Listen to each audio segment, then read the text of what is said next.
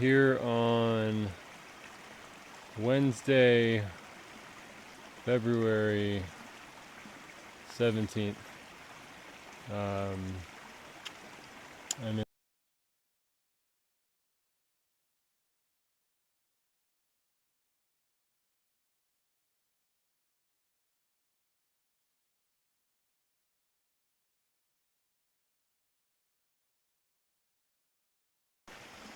I'm just next to this creek here, and there's a bridge out there. It's a bridge.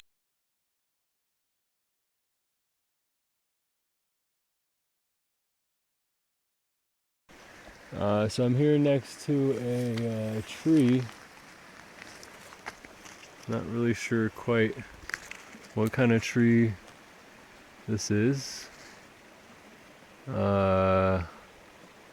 Looks like something juniper-esque or cypress-esque.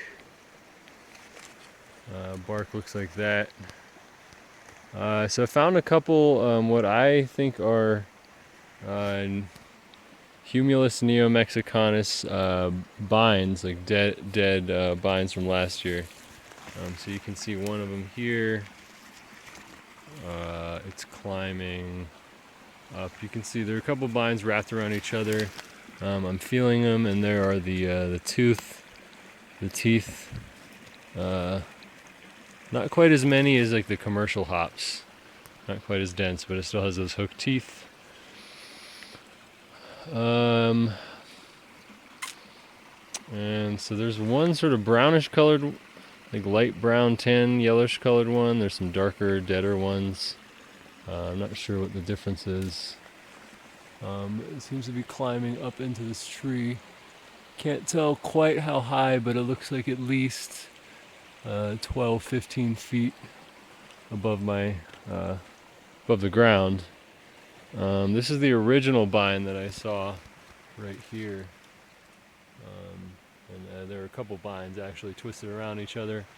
Again, you can see the one sort of light colored one and the darker ones, and again it's climbing up into this tree about, it's hard to say, but you know, at least 12, 15 feet again.